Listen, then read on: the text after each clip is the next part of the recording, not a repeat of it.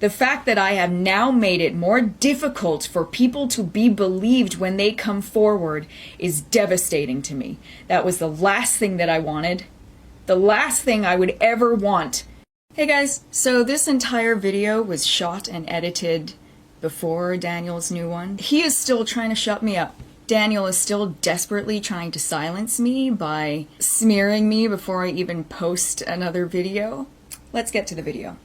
I did not come forward thinking he had nothing. I came forward knowing he had everything, and yet I still did it. So please think about it logically. It makes no sense for me to falsely accuse somebody who I know has everything. It makes no logical sense. This is now apology video number 13. No matter what I do, I can't say it right.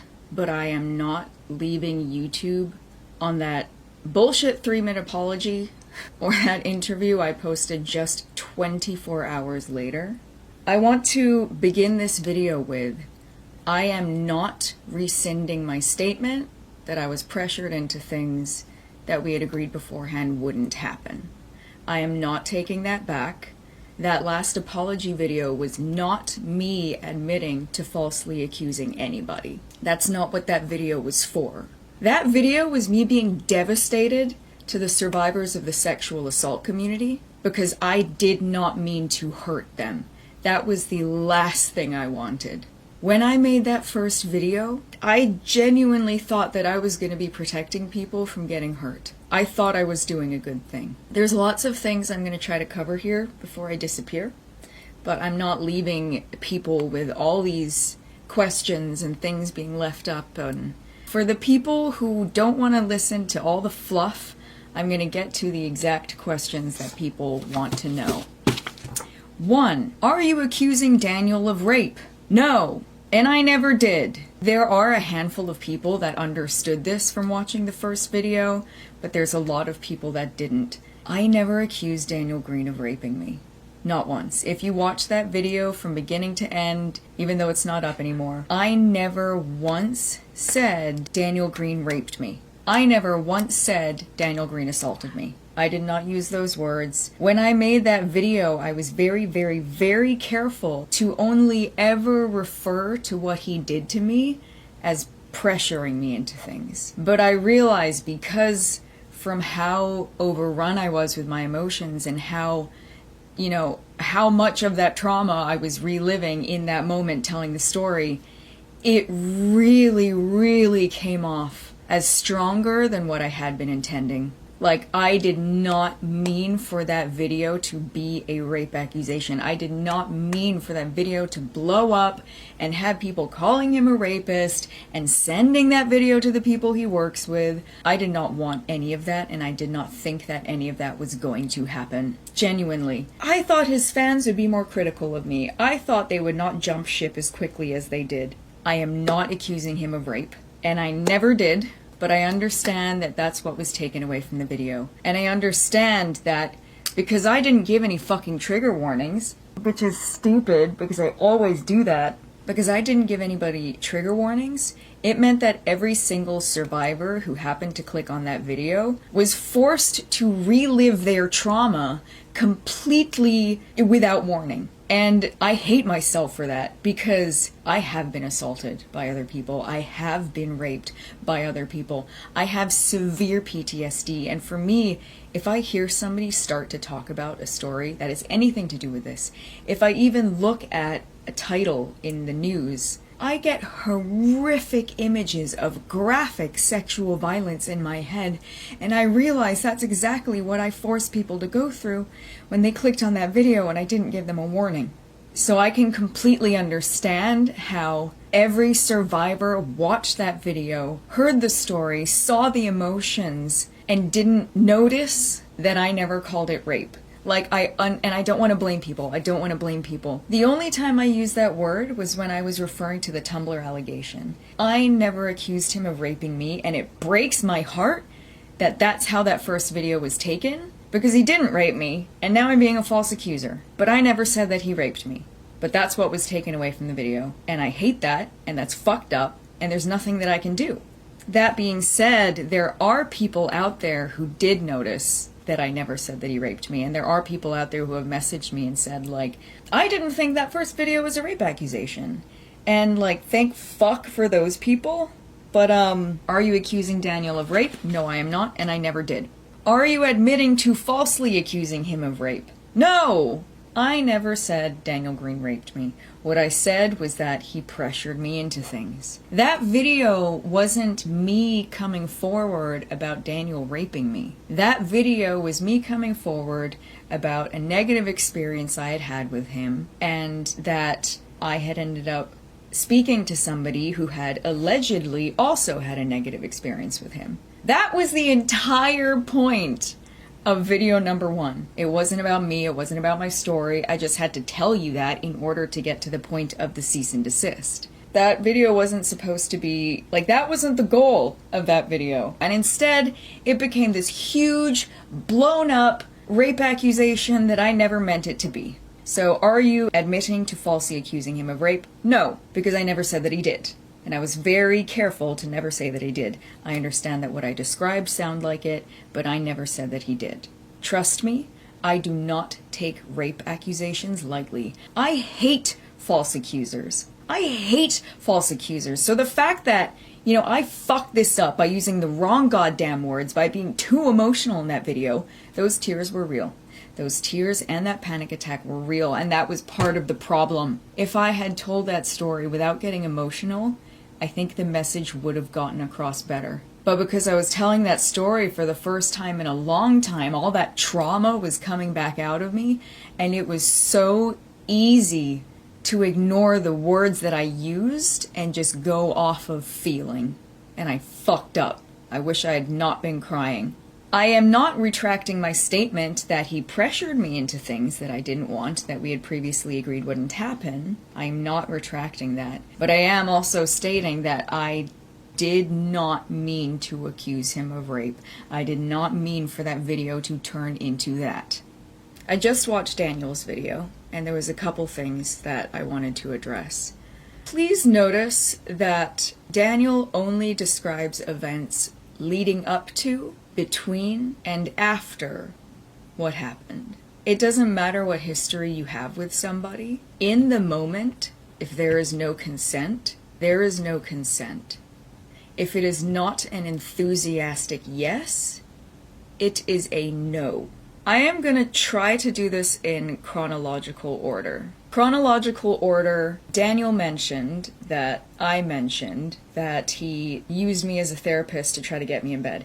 That's not at all what I said. That is not at all what I said. I just said that I was basically his therapist. That's about it. That was separate. I just kind of become people's therapists when I am their friend. I never said that he was doing that to try to get me in bed. 2, the songs that I wrote. I know people think it's a big deal that I wrote songs, but it's not. I have written hundreds of songs. Hundreds. I have released over 20 albums. For me personally, writing 3 songs is nothing. When it comes to the people that I've actually had feelings for over the years, they get albums. Like my ex-husband got like 3 albums to himself. I could literally write you a song about taking a shit. For me, writing music, writing songs, it's just my way of getting my thoughts out. And there is one song that he did not focus on. So I wrote 3, and there was a specific order. The first one, because I can't have you, that one is very dramatic because all of my dramatic feelings needed to go into one place. This is how I deal with my feelings, letters, writing, whatever. The second one, which is obviously the bitchy mean one, that was just me trying to get my angry feelings out about the situation. The song he didn't focus on was the last and final one that was my conclusion of the entire situation. He did not read you the lyrics to this one, so I will. Maybe one day if we're both single, maybe then we can try us out. But not till that day when we are both single, because I can't do that to her. I know how it feels to love someone and find out that they've got another. I know how it feels, so I can't put somebody else through all that torture. I know how it feels. No matter how I long to let you in, I'm stronger. So this is it right here. He chose to gloss over that because this was the third and final song of the 3. This was my conclusion. I know a lot of people are going to be like, you wrote songs, you're fucking dramatic. I don't care what you think in that sense. One was mushy, one was bitchy, and one concluded the story, and that is very clear in the third and final song that he chose not to focus on. All 3 of these songs were written in 2022. This was almost an entire year before the 2 of us hung out in Vegas. I had a lot of people on part 2 saying things like, if you were really that high, how do you remember these moments? If you were really traumatized, then why do you remember like those specific moments so well? And the answer is, how could I forget? The moments he was taking from me what I didn't want to give are the moments that have been burned into the back of my mind. Those are the moments that have just been ingrained in my fucking skull. So what happened between those events is a blur. Like, night 1, I remember I told you that I was like super groggy, half asleep. I got up and let him in my jumper. He commented on how high I was. I gave him half an edible and then I got back in bed. That is what I remember, like distinctly. He claims I met him in the lobby, which I have zero recollection of. Like, honestly, I have zero recollection of going down to the lobby. But, now that I'm thinking about it, logically speaking, I think I would have had to have gone down to the lobby. So now I'm just fucking up my own case because the bits between what he did are a blur. He swears that I looked sober. I don't know how that would have even been physically possible, considering I had been eating 40 milligrams every couple of hours the entire day and had just been asleep. So, like, physically speaking, there is no way I even could have looked sober because my eyes would have been red, my face would have been all smushed up from being in a pillow. Like, there is no physical way I could have looked sober. I honestly don't remember going down to the lobby. I know some people don't count being able to, get up and walk as half asleep. I do. And I know, like, some people, when they hear half asleep, they mean, like, so incapacitated that you can't get up. For me, that's not half asleep. For me, that's so incapacitated that you can't get up. When I said that I was half asleep, I mean that I was groggy. I could still talk a little bit, but I wasn't like sober. I wasn't awake. I wasn't there. Clearly I was groggy enough that I don't remember leaving the room. But logically speaking, I think I would have had to let him up. I don't remember that. I can honestly tell you I don't remember that. And I didn't lie about that, or at least I didn't mean to, because I don't remember. He commented on how high I looked. That part is not a lie. And that was why I asked him if he wanted to catch up. That is why he bit half an edible. I've had people questioning about the edibles, the drugs, and the numbers that I keep saying. Because I think the numbers either range from I was on 40 and he was sober, or I'll say that I was on 50 and he was on 10. The reason I consistently say 40 milligrams is because the edibles that I bought upon arriving, they were 20 milligrams each. So I was taking 40 milligrams every couple of hours. I think my first dose was around, and then like every 2 hours I would take another 40 milligrams so that I could kind of consistently stay on the vibe of 40 milligrams. Obviously over time that stuff will build, but it also kind of, goes out of your system. So at least in my mind, I was trying to take 40 milligrams consistently throughout the day. Daniel claims he didn't know that. I don't know how the fuck he wouldn't. He ate half an edible, which was the 10 milligrams. I ate the other half, which is another 10 milligrams. But it takes about an hour for that stuff to kick in. So that's why sometimes I say that I was on 40 and he was sober, because they hadn't kicked in yet. But if you include the edible that we shared upon him arriving, then I would have been on 50 and he would have been on 10. But that didn't kick in yet. So that's why that number keeps getting confusing. So I went to bed at maybe like 8-ish. Again, high as fuck. Tired as fuck. I got maybe 2 hours of sleep, and then I had to wake up to let him in. So I guess logically speaking, I did have to go down to the lobby. But I don't remember it, like honestly, but I think I would have had to. Either way, I was high as fuck.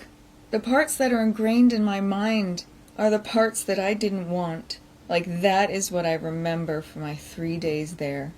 Like on day 2, I was with my tattoo artist for like 6 hours, and still that part of the day is just a blur to me. The part that I remember, the part that's distinct in my brain from day 2 was the moment he started pressuring me again, leading up until the moment that he came again. Like that is what is ingrained in my mind. That is why I can tell you exactly what happened on night 1 during when he was doing that, and day 2 during when he was doing that. Like the moments between, I remember, but now I feel like in the blur, there's some moments that like were garbled.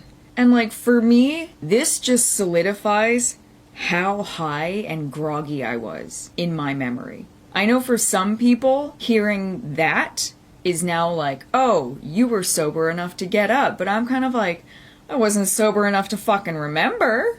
And I know that like the setup and the history and all that. But the reality about consent is like, it doesn't matter what history you have. If in the moment you are not obtaining consent, you do not have consent. Like I remember getting back in bed and dozing off. I remember him climbing into bed. And he went from being in friend mode to having that predatory look in his eyes. I remember in bed the energy that was just coming off of him in waves. That was why I turned away from him, and that was why I put my arm between us to try to create a barrier.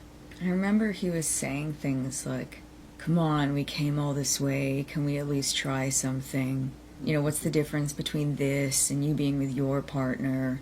Because I kept telling him, like, dude, you're in a relationship. And he kept bringing up the fact that, you know, my sugar daddy at that time was attached. He just kept bringing that up. And I remember I kept trying to explain to him that I know other people don't see the situation as different, but I do.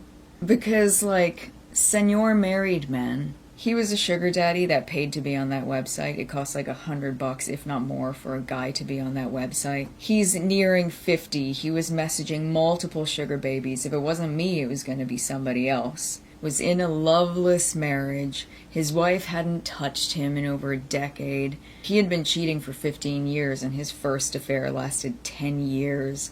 At home, he didn't get love or kisses or cuddles or sex. He did tell me he was separated when we met, but I did figure out he was not as separated as he said he was a couple months later. And I will hold myself accountable for the fact that I did continue to see him for a couple months after I found out. But yeah, Daniel knew that the person I was seeing was attached, and he kept using that.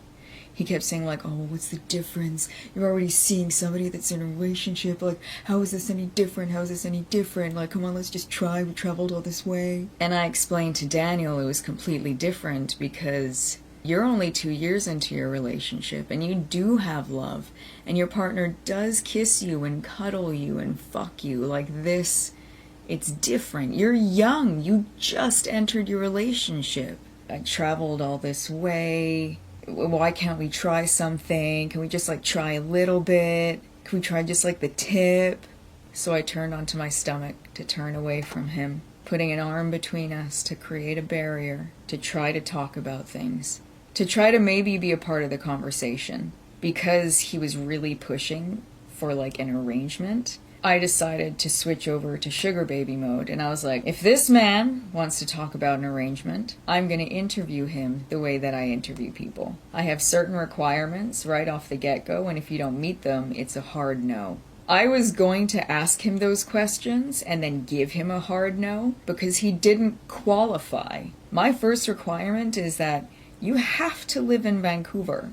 You have to live in Vancouver. I don't do long distance or like casual or like I'm occasionally going to see you. You have to live in Vancouver. I don't even date people from Seattle. I don't even date people from Whistler. If you're not in Vancouver, it's a no. So that was the first question that he would have failed. The second thing is, I do not do casual or short-term arrangements. I do not do one-off. For me, I only do stable, long-term arrangements where I'm going to see the person at least twice a month. That is another point he would have failed. But here's the thing. I didn't even get to ask a question. I turned away from him. I put my arm in between us to create a barrier. I told him I had questions to ask him. He threw a number at me. I said I could do that, expecting more of a conversation, and then he pushed me over and put his tongue in my mouth. Now, I know to some people I could do that is verbal consent, but to me it isn't. To me it is not. Could is a maybe. Could is a possibly. Like, imagine if you were walking through the woods with a friend and you saw this cliff overlooking the water, and you were like, you want to jump into the water? And if your friend was like, I mean, I could do that. Would you push them off the cliff? Would you push them off the cliff? Or I could do that. Is that a maybe? Is that a possibly? That's not a yes. I could do that is not a yes. I wouldn't push them off the fucking cliff. He pushed me over and shoved his tongue in my mouth. I didn't even get to ask him one question when I had established to him that I had questions to ask. Maybe there's people out there who think it isn't traumatizing to have one of your best friends repeatedly try to stick their penis in you while you're actively pushing him away, actively pushing his dick away from between your legs, saying on repeat, I'm not having sex without lube, I'm not having sex without lube, I'm not having sex without lube, I'm not having sex without lube. What part of that sounds consensual? And it doesn't matter what history you have with somebody. History with somebody in the past does not equate consent in the present or future. Consent is something that you need at all times. I do not see how people think that was consensual. That is not how consent works. If I had looked at him, if I had still been facing him, if my body language had still been open to him, if I had looked him dead in the eyes and said, I could do that, let's do this, it would have been different. That would be different. But that's not what happened. What happened was I wasn't looking at him. I was facing away from him. I had a barrier between us. I wanted to ask him questions. I told him I wanted to ask him questions. He threw a number at me and then pushed me over and shoved his tongue in my mouth. And I need you to remember, he promised me that he wanted to give me that money as a friend. He promised me beforehand he was going to spoil me as a friend. He didn't pay me for sex. He did not pay me for sexual things. He promised that money was as friends, and then he took advantage of the situation. I didn't want it, and I tried to talk him out of it. It didn't start because we leaned in for a kiss. It didn't start by sexy looks and gentle touching. It started because he pushed me over, shoved his tongue in my mouth, and climbed on top of me. That's not consent. Everything he did was just like him doing it, and it was all very quick. And then he tried sticking it in me, and because I kept shoving his dick away from me. And then he came, and then I yelled at him to bring me a towel, and then I wiped his cum off, and I passed out. The following morning, he told me he had been puking and crying all night, promised me it was never going to happen again. We went for breakfast at Truth and Tonic in the Venetian Hotel.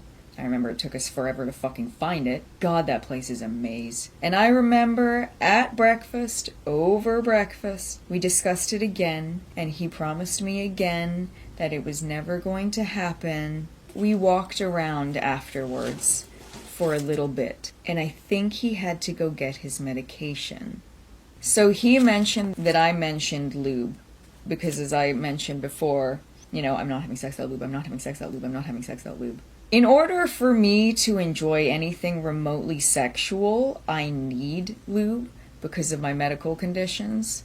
I have idiopathic hypogonadotropic hypogonadism, and that makes any kind of vaginal anything, it can be quite painful. I cannot self-lubricate. I cannot stretch. So I think this was the part of the timeline that was confusing to me. I think it was after breakfast, on the way back to the hotel, because we did walk around a little bit. On the way back, I did look up somewhere to buy lube, because in my mind, I was kind of like, all right, well, fuck. He's already done to me once what I didn't want. Like, that night was non-consensual. And my trauma response, because unfortunately for me, my trauma responses are not fight or flight, but freeze and fawn, right? During the night, I froze. Trust me, I wish I was a fighter. The following day, there was a part of me that did desperately want to reclaim what he had done. This has happened to me before, and I know people who have done this. Sometimes when you go through something traumatic, there is a part of you that will try to reclaim that moment. That will try to be like, okay, maybe if I get the things it would take for me to actually be able to enjoy any kind of intimacy or sexual act, maybe if we get the things it would take, maybe I can be a part of this conversation, maybe this can be an equal exchange, maybe I could enjoy this. So I was looking at places to, maybe be able to find something. But we did discuss the fact that nothing was going to happen, and that's why we didn't go get anything. I'm not denying the fact that in order for me to enjoy anything, I need lube. I am not rescinding the fact that what he did the night he arrived, I didn't want, and I tried to talk him out of. The following day, in the message exchange that I showed you the other day that a lot of people were confused about, that message exchange was from after our trip to Vegas. These messages were from the 24th, but we were talking about what had happened. In that text exchange, there are messages where I was saying he was the only one ever allowed to express lust. If I ever gave back the energy he was giving me, he never liked it. And this played out in Vegas.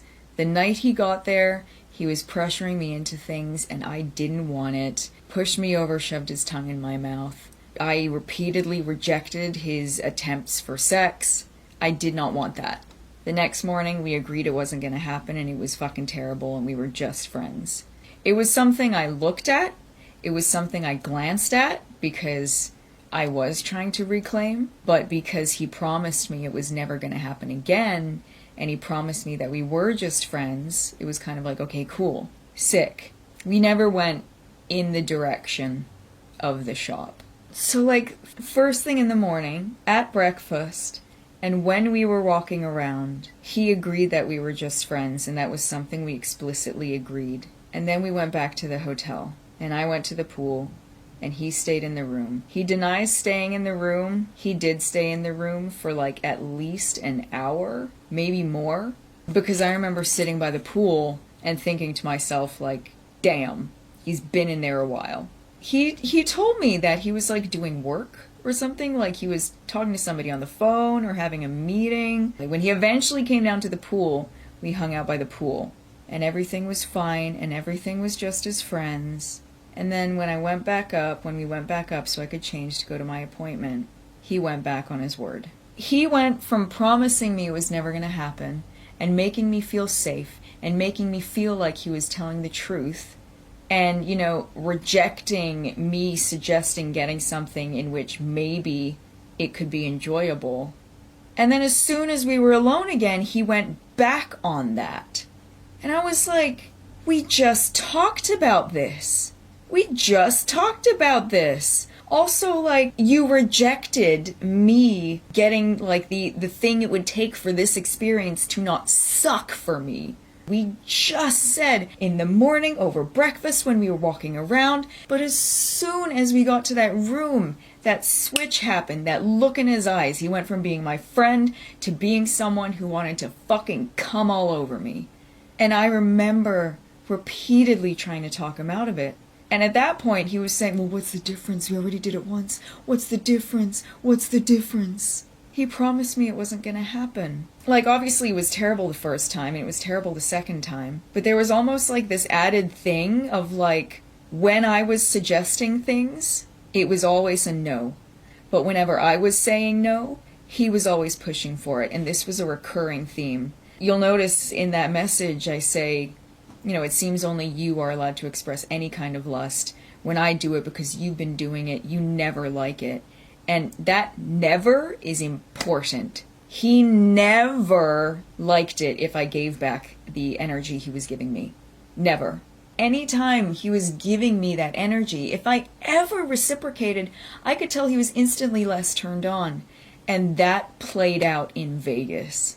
Whenever he was pushing me for it, whenever I was rejecting him, that was when he wanted it. That was when he would take what he wanted. That was when he was using his excuses and pulling things out of his ass to try to talk me into things. He kept saying, what's the difference? What's the difference? What's the difference?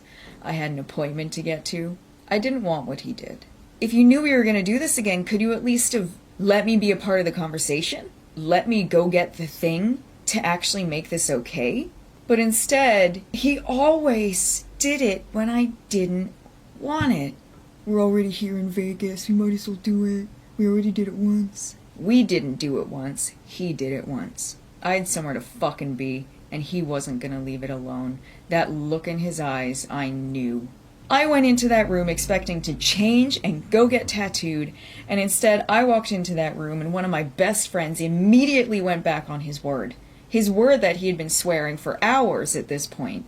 Only he was ever allowed to express lust. Only he was. If I ever gave it back, he didn't like it. And that tells you everything you need to know about what happened in Vegas.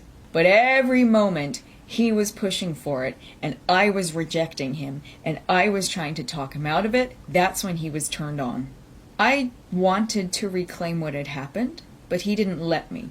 And then when we were alone, he redid what he had done the night before, all over again. I don't care what anybody says about the part of me looking into a place where I could maybe buy lube.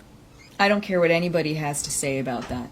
That was my trauma response. That was me trying to reclaim what he had already taken. But again, we agreed we shouldn't. We agreed we were just friends.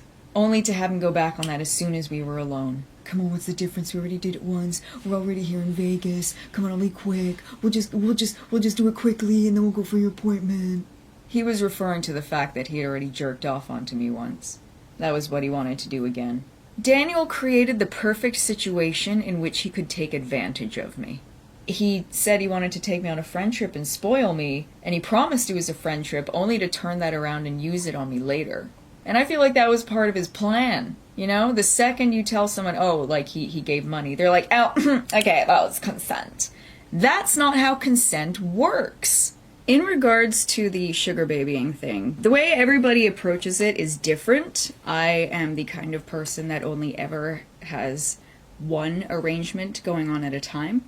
There are some people who have like multiple sugar daddies. I only ever go one at a time because I'm an introvert and I dislike most people, and it's very hard for me to find people that I actually enjoy spending time with.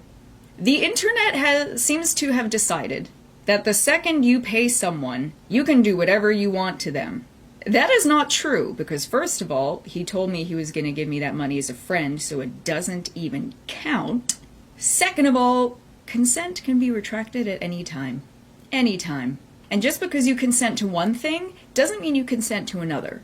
Consent is something that you need throughout, and money does not change that. And even in this situation, the money doesn't count because he promised me he was giving it to me as a friend. So you have to take the money out of the equation. Or you have to look at it in a sense of he purposefully lured Naomi on this friend holiday and then used that against them later on. He didn't pay me for sex. It doesn't matter that I'm a sugar baby. If we had gone and bought lube, I might have consented. I might have. And I'm not afraid to admit that. But without it, sexual encounters suck for me. Like, suck. If we had gone and bought lube, it might have been consensual the second time. But it wasn't. He took from me what I did not want to give, And I tried to reclaim that, and he didn't let me. And then he took again what I did not want to give, knowing damn well I didn't want to do it, and that we had just promised for hours on end that it wouldn't happen. That's not consensual. Coerced consent is not consent. I tried to talk him out of it, but eventually I just fucking gave up. He whipped his dick out, and I remember vividly when he pushed me to my knees and shoved his dick in my mouth. And I remember my mouth was so dry, his dick felt like a rolled up carpet.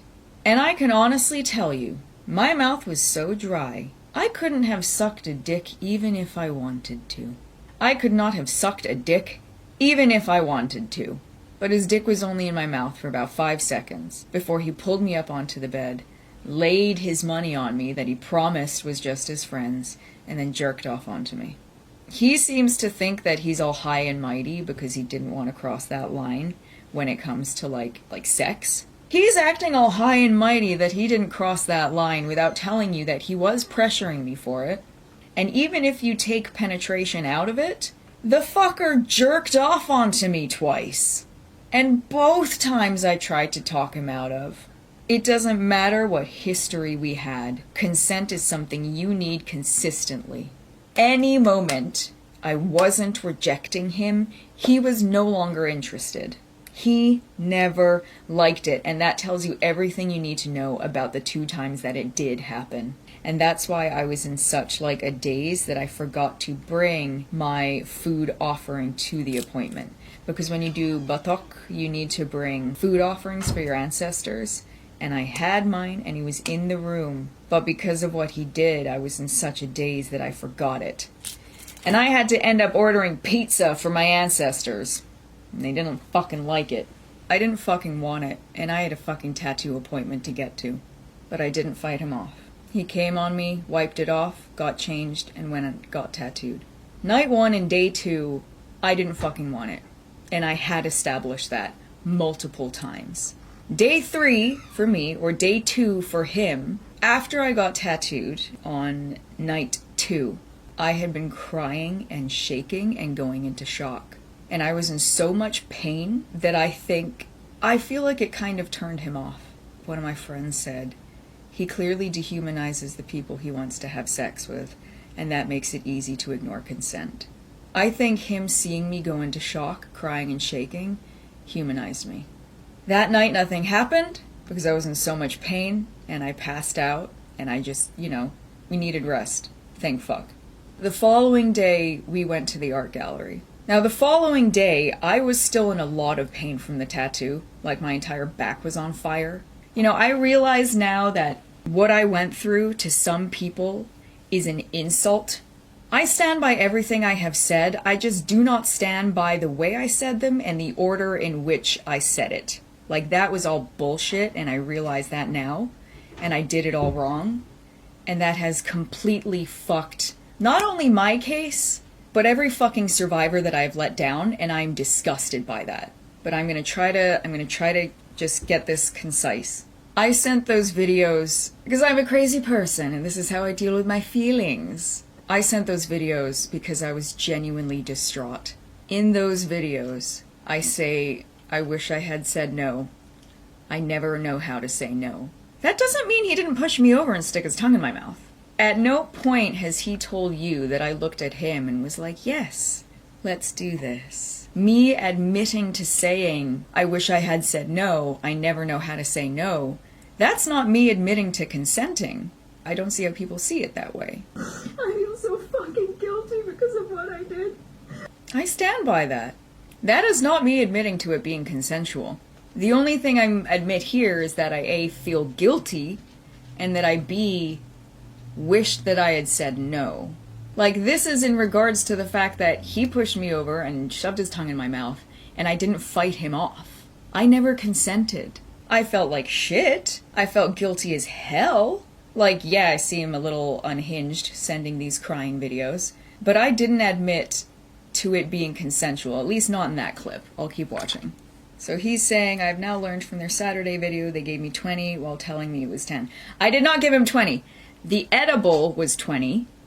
He bit half of it, so he had 10.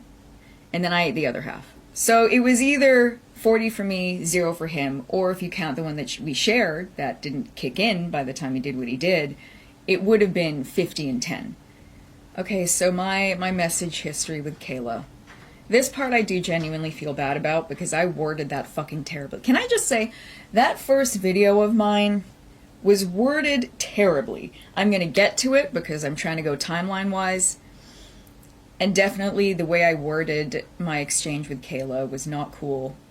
And it definitely sold the wrong idea. So, like, that was an honest mistake. I didn't mean to make it sound like I had messaged her immediately after. I didn't tell her that I was assaulted, but I did tell her that I didn't want it, like, repeatedly. I have always made a point to be careful to not use the word assault or rape when talking about this. Apart from that one video that I was keeping vague. And I'll get to that later because of timeline stuff. So yeah, the message exchange, the way I worded that, it was all wrong. And I genuinely never meant for her to get harassment. Like, that was not my intent at all. And that's fucked up. I feel like of all the people in this situation, Kayla needs to be left the fuck alone. I should have left her alone years ago, and I feel terrible about that. But please, everybody, not her. I did not mean at all for that part to come off like she was insulting me for being assaulted. That is not at all what I meant. My wording was awful, and I apologize. Okay, so after Vegas, we were still, like, in contact. We were still friends after it happened. Because here's the thing, with my trauma, no matter what he did to me in Vegas, no matter what he pressured me into, no matter what I tried to talk him out of, he was, at the end of the day, still one of my closest friends. And what he did was fucked up, but I still cared about him as a person. So I was trying to leave her out of it, but then when I found out that all of the dirt had come to light, I needed her to know that I didn't want it. I had not wanted it. And me crying and saying, I wish I had said no, I never know how to say no, that is not me admitting to it being consensual. He pushed me over and stuck his tongue in my mouth. I was halfway through a sentence. Like, a lot of people seem to think that me not saying no was me giving consent, and that is not true. A lot of people seem to think that me saying, I could do that, halfway through a sentence is consent, but that is not true. Could is a maybe, could is a possibly. That is not me admitting to it being consensual. But I understand that for some people, what I went through was an insult to call traumatic. Anyway, I'm going to try to get back on track. Where the fuck are we? Right, the crying videos. Okay. So our last day hanging out was the 22nd. That message exchange that people seem to think was from when we were in Vegas was from the 24th. Everything officially ended on the 28th. I ruminated for a couple of days, and then my whiny ass made those crying videos. Because there was like 3 years of history, and I needed to at least get my thoughts out and have some kind of like a final conclusion. I know people think this is weird, but this is how I work. The one I sent to Kayla was way shorter. I apologized for hurting her. Of course I felt guilty. I felt terrible. But it doesn't mean I consented to it. I didn't want it. And I told her that in that video. I didn't want it. I didn't enjoy it. I regretted it. I wished it had never happened. I do not see how that is me admitting to it being consensual. So I made my fucking crying videos. I held on to them for like a week because I was debating whether or not to be a crazy person and actually send the links. But I needed to apologize to her because I felt fucking terrible. And I needed to get my final thoughts out to him because I felt fucking used and violated and terrible. And I understand people are going to think this is insane, but this is how I deal with things. Okay, so the reason I did not show her message, the one saying, I understand you feeling guilty, blah, blah, blah. That message I didn't show because I didn't want to show her saying, I'm trying to hold on to whatever pieces of my life I have left. Because I didn't want to out that because it's kind of sad, but I fucking outed everything else, so I don't know what the fuck I was thinking of. Looking back on it, the way I pieced that video together, That was just not it. That was just not fucking it. And I hate the hurt that it has caused, because that was the complete opposite of what I wanted. The complete fucking opposite of what I had wanted. Me crying in this video to Kayla is not me rescinding the fact that I was pressured into shit. In regards to the fact that because I am bisexual and in a hetero relationship with Kayla, she has told me it's okay for me to seek sexual... Daniel was the one that said that. He was the one that brought that up. He was the one that told me, because when he was being so fucking pushy, I was like, you are in a relationship. You are in a monogamous relationship. And he told me, no, Kayla told me because I'm bi. She said I'm allowed to explore. I'm allowed to explore with men and non-binary people.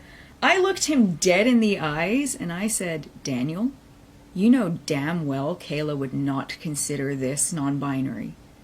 You know damn well she would not approve of you experimenting with this. He was the one that tried using that excuse. I was the one that talked him down from it. This part is complete bullshit. I didn't know she gave him permission to do that until he told me and was trying to use it. This part is bullshit. There are some people out there who have seen part 1, seen part 2, seen Daniel's video, seen my apology, and seen the interview, and they understand and are still believing me, and I'm so fucking grateful for that. But I also understand everybody that thinks I'm a fucking lying piece of trash. But I'm gonna get back to this. This is taking too long. May 15 was the last time anybody was contacted. June 19 was the day that video went up. That's over an entire month later. Me saying 7 weeks later, I realize now that was... My wording was so bad. Oh, and I admit that. Again, I stand by my trauma. I do not stand by my behavior. Oh, he's showing the money that was spent. I'm not denying he bought me stuff. I wish I could take it all back. I wish I could take it all fucking back. It was not worth losing what we had. Me saying I could take it all back is not me admitting to consenting. When I say it was not worth losing what we had, I meant as friends. Not more than that. I'm not afraid to admit that he was a very, very dear friend to me. There was a lot of things that we spoke about that I hadn't shared with anybody else. And that was part of why him taking advantage of me and pressuring me into things, knowing my entire history, all of my trauma, and that I had PTSD, that's part of why this fucked me up so much. Again, me saying I wish I had said no is not me saying I wish I hadn't said yes. If in this crying video I was sobbing and saying I wish I hadn't said yes, I wish I hadn't said yes, it would be different. But instead, all I have said is I wish I had said no. That is not me admitting to it being consensual. Consent is something you need consistently. If it's not an enthusiastic yes, it's a no. Just because I didn't fight, just because I didn't say no, it doesn't mean that I said yes. It does not mean that I consented. And this is something that a lot of people are just missing. It doesn't matter the history we had. What matters was the 2 moments that I am talking about. The night he pressured me into things that I didn't want, and the day he pressured me into things that I didn't want. The fluff around it is not important, technically.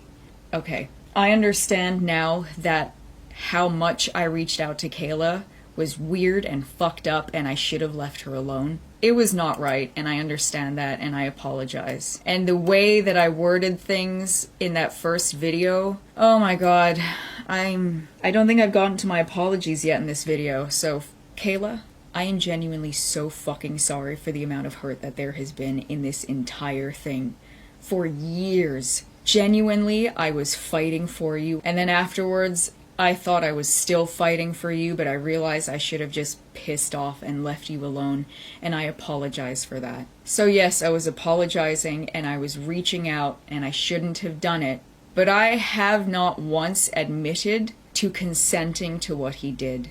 Okay, before this starts, I would like to reiterate the fact that this video, a conversation about manipulation, consent, and assault, was a general conversation video that I just wanted to talk to, my community about. This exact clip he is talking about here, I never once said was about my personal experience. This segment of the video was me talking about situations in general. And that's what I need people to understand. In that video, A Conversation About Manipulation, Consent, and Assault, only a smidgen of it was me giving my personal experience. The rest of the video was just in general. That's why it's called A Conversation About Manipulation, Consent, and Assault. It wasn't called, What Happened to Me? It's different. The scenario I'm talking about here is not what happened between me and Daniel. This was just me talking in general, and he was assuming I was talking about him. Like, there are parts in that video where I was sharing a personal experience, but this part was the part where I was just talking in general. So him using this is irrelevant because I wasn't talking about him at this time. I wasn't talking about him. Okay, I want to address my use of the word assault in this video. I would like to again reiterate the fact that I never said this video was about Daniel, and I had zero intention on anybody knowing that the video was about Daniel, because there was not a single person that was following me that knew I had gone to Vegas with Daniel. There was literally like 2 people in my life who knew I was going on that trip with a friend. I genuinely did not think he was going to see this or watch this. I did not think anybody who clicked on this would think about him at all whatsoever. If you read the comments from like before this blew up from years ago, there is not a single person in the comments who thinks it's about anybody. Every discussion was just people talking about their own experiences or just things in general. I had zero intention on this being about Daniel publicly in any way, shape, or form. It was like first thing in the morning, I just got out of the shower. Of course, my thoughts are not completely coherent and not thought through. I didn't run it by a lawyer. I didn't run it by anyone. It was just a conversation. Obviously, looking back on it now, I would not use the word assault, which was why in video number 1, I never said Daniel assaulted me, and I never said Daniel raped me. In that segment of the video, I was not talking about him. I was talking in general. And then fast forward to the other week when I woke up one day and had a great idea to come forward because I thought I was doing a good thing. I am not retracting my statement that Daniel Green pressured me into things that I did not want, that we had agreed beforehand would not happen. While he was pretty much sober, he was either like sober or sober with a little edible in his stomach that had not yet kicked in. You can either say, okay, Naomi was on 40 and he was sober, or you could say Naomi was on 50 and he was on 10. It just entirely depends on whether or not you count the edible we shared when he arrived. In that first video, I realize now it was worded terribly. It was put together terribly. If I was going to tell you anything, I should have told you everything from the get-go in chronological order, and I realize now that the way I did it was so fucked up. And the way I have behaved since then is also fucked up. I stand by my trauma. I do not stand by my behavior. I genuinely did not think that I was accusing him of rape. Like, genuinely. I specifically only used the word pressure to describe what he did to me. I never at any point said Daniel Green raped me. I never at any point said Daniel Green assaulted me. In the video that I made about Daniel Green, what I said was that he pressured me into things that I did not want. What I said was that I repeatedly tried to talk him out of it. I never said in that video that I told him to stop. I never said that I told him no. I never said that I fought him off. And I thought that was the thing I was supposed to do, but I realized that from the way I described it, the way I made that video, the way that I was recounting the events, the way that I was crying and sobbing, I want to let you know that all of those tears were real. All of them were real. That panic attack was real. I cannot fake that. But I am not admitting to falsely accusing him. I genuinely did not mean to do that in that video. And then when I started to get all the outpour of messages, and when I started to see what people were saying to him, I realized that I had said it wrong and that everybody was taking it as a rape accusation. And so I threw together that manic-ass part 2 to try to give you a little bit more insight into, the history and what had happened. And while I stand by trying to clear the air, I do not stand by the way that I did it, because I realize now that that was not the way to do it. And then it got flagged by YouTube and got taken down. Because a lot of people seem to think I took those videos down out of shame or regret. I didn't. Part 2 got flagged by YouTube. Part 1 I took down because without part 2, it looks like I'm accusing him of rape. And I didn't mean that. If part 2 was still up, I would have left part 1 up. But because part 2 got taken down, I needed to take down part 1 because people were getting the wrong message from it. And I'm not blaming other people. I realized the way I worded it and the way I said it and the way I shared that story was I didn't mean for it to come off that way. Genuinely. There were some people who noticed that I never said that he raped me. There are some people who did notice that I wasn't accusing him of raping me in that video. But most people took it that way. Also, can I just say, I did not mean for anybody to lose their livelihood when I posted that video. In that video I said, I do not want this to blow up, and I meant that. I thought it was gonna be some under the radar, that Tumblr post didn't blow up, but I guess it wasn't on YouTube. I didn't mean for it to blow up. I did not mean for him to be harassed and given death threats. As soon as day 1, I did not mean for people to go after Kayla and harass her. I hate where this has gone, and it is not at all where I intended for it to go. It breaks my heart that that is now being taken as a rape accusation, and that now it's harder for people to come forward about the things that they've been through. I genuinely did not mean for that video to be a rape accusation. It wasn't for accusing him of raping me. That wasn't the point of the video, and I did it all wrong. So I made part 2 to try to explain to people that it wasn't as rapey as they thought it had been. But then that just started a whole new shit show. I genuinely thought that people were going to be far more critical of me from day 1. I didn't expect people to rally behind me as quickly as they did. I did not expect that video to blow up. I did not expect people to turn against him. I knew he had a very loyal fan base. I thought they were going to be critical of me from day 1, and instead, I wasn't on the internet that day because I was fully convinced that I was going to be getting hate all day. And then one of my friends was like, dude, have you seen? And then they informed me that hundreds of people were leaving his Discord. Hundreds, if not thousands of people were calling him a rapist. I didn't want that to happen.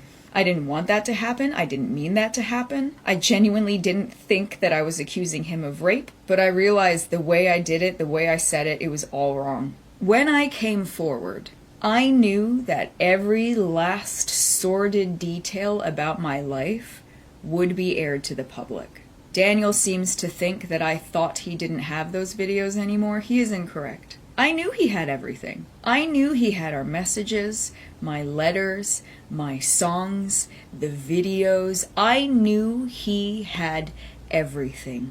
So please think about it logically. It makes no sense for me to falsely accuse somebody who I know has everything. It makes no logical sense. I stand to gain nothing from falsely accusing a man who I know can publicly destroy me.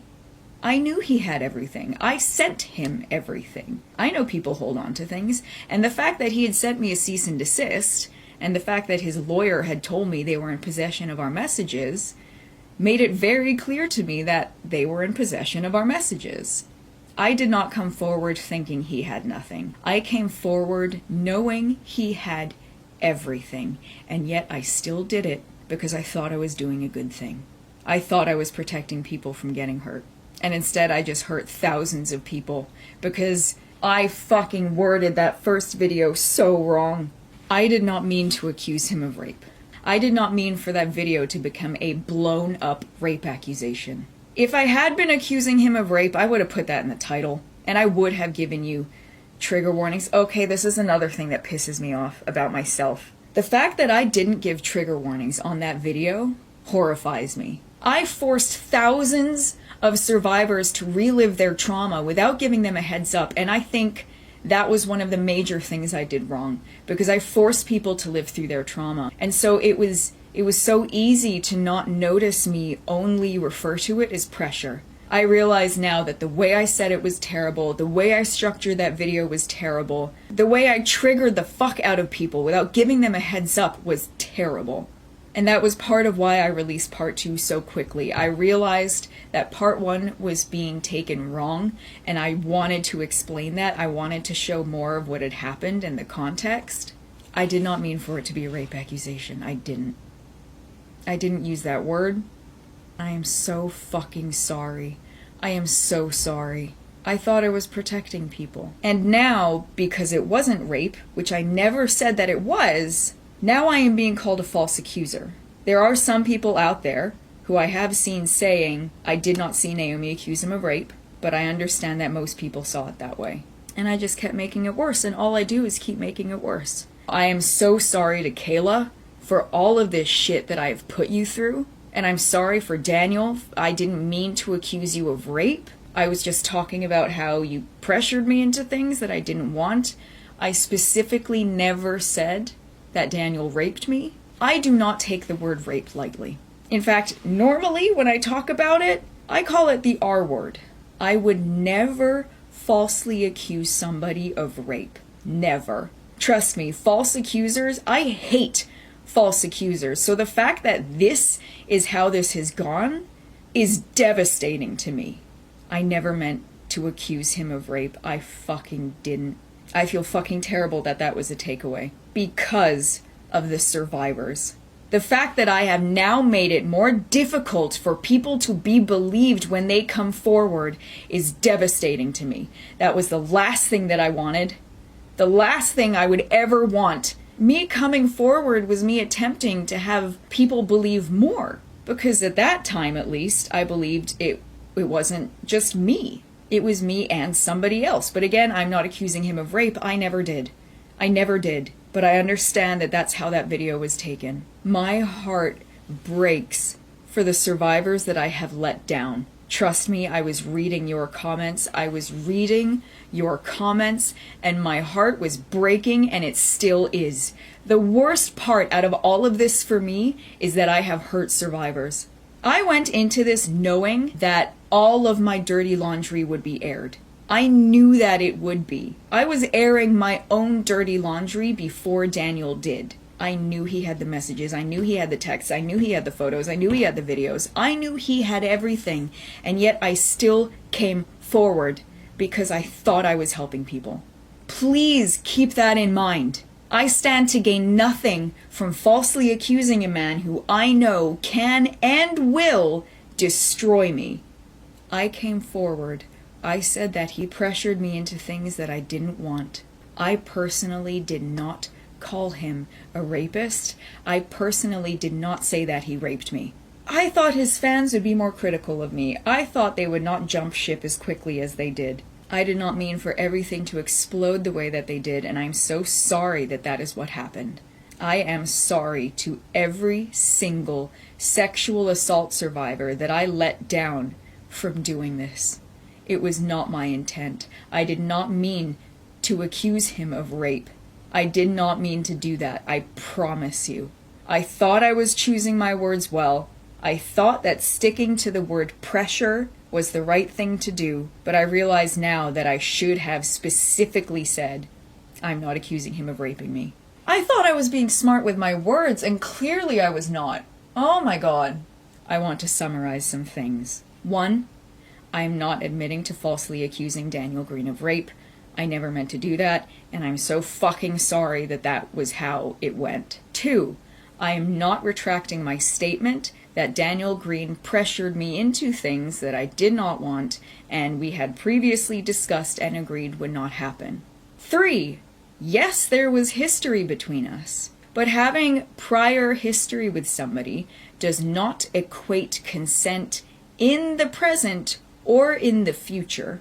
4, Me wanting to buy lube was me trying to reclaim, yes, I looked up a sex store. Yes, I wanted to go buy some things. He had already taken advantage of me, talked me into things that I didn't want, and come all over me when I never fucking wanted it to begin with. I had a handful of hours left to try to reclaim what had happened. But I wasn't allowed to, because if I ever wanted it, he didn't. 5. The wording of that video was fucking terrible. Fucking terrible. I should have told you everything in chronological order with every last sordid detail if I was going to tell you anything at all. And I realized that, and I'm so fucking sorry with the way that was worded and understood and taken, and like, I should have worded it better, and I feel so fucking terrible that I didn't. His behavior was not okay, but neither has my behavior been over the last week. I thought I wasn't accusing him of rape in that first video, but clearly that's how it was taken. I thought I was clearing the air in the second video, but I just made things worse. And then I posted an apology video, and then 24 hours later, I posted an interview. And I know that I'm behaving manic. I know it. And I know that there are many, many, many people speculating that I'm having a manic episode. I don't want to blame mental health, but because people are already throwing the words out there, I thought I would let you know what it is that I am diagnosed with. I am diagnosed bipolar 1, and I am seeing my psychiatrist again. And over the last 2 weeks, I have barely eaten. I have barely slept. And I have been in this constant state of feeling wired. So for all of you that are calling me fucking unwell and psychotic and going through something, you are right. Posting and taking down and posting and taking down and making and filming and editing and posting and taking down, it is unhinged, unwell behavior, and I know that, and I am seeking help. I thought that the more I released, the more I would explain, and I was fucking wrong. I am not posting this video to try to explain myself to the people who already hate me. I am posting this video because there are a handful of people out there who understand, and I'm not leaving them with a vague bullshit 3-minute apology that makes it seem like I'm admitting to falsely accusing. No, I never said that. I never said that in that apology. This video is for the few people who fucking understand the nuance of this shit. It's for the few people who want at least a few questions answered before I fuck off and disappear. I thought that video was just gonna start like a discussion about consent and like pressuring people into things, but instead it came off like a fucking rape accusation, and everybody was calling him a rapist. I never said that he raped me. Please. Oh, I can't tell you to watch that video from start to finish because I took it down, but like, if you watch it from start to finish, I never said Daniel Green raped me. All I ever said was that Daniel Green pressured me into things, but I know for every survivor that I just triggered, I understand that hearing me describe what he did sounded like rape. There's nothing I can do. There's nothing I can do to make it better. I do not regret trying to come forward for the right reasons. I do not regret that. But I thought I was doing the right thing. For those of you that have managed to watch this entire thing, I thank you. I thought I was doing a good thing, and instead all I have done is hurt people, and all I did was hurt survivors of sexual violence, and that is the part that breaks me. That is the part that breaks me the most. I want to apologize to every single one of Daniel's fans and friends who jumped ship immediately. People were crying. People were crying. I didn't mean for it to explode the way that it did. I promise you. I promise you. And no matter what history he and I had, he promised me nothing was going to happen. Even if he genuinely thinks that I was sober, I still tried to talk him out of it. He still pushed me over and shoved his tongue in my mouth. He still tried to stick his penis in me repeatedly, and I still pushed his penis away repeatedly. Even if he thought I was sober, all of that is garbage behavior on his part. Especially because he knew every last detail of my previous trauma. Those tears, that panic attack were completely 100% real. I was not faking that. And I understand that to some people, what he did to me in Vegas is insulting. But to me, it was incredibly fucking real. And there are a handful of people out there who are SA survivors, who feel seen by this entire story from me, who have been sending me messages saying, I still believe you, I've seen every video, I have seen his video, and I still stand behind you that what he did was wrong. I am so thankful for those people. I am so thankful for the people who are looking at this from a neutral lens. I hope I have answered some questions in this video, and I hope I have made it very clear to survivors of sexual assault that I did not mean to hurt you. I did not want to hurt you. That is the last thing I have ever wanted, and the fact that it is now harder for people to come forward devastates the shit out of me. I stand behind standing up for yourself. I stand behind refusing to be silenced. I stand behind coming forward because you genuinely think that you're going to be helping other people. What I do not stand behind is the way I handled it over the last 2 weeks and how fucking manic I have been, making videos, posting videos, taking them down, editing. This is now apology video number 13. I am sorry to every single person that I have hurt in this. It was not my intention. I am so sorry.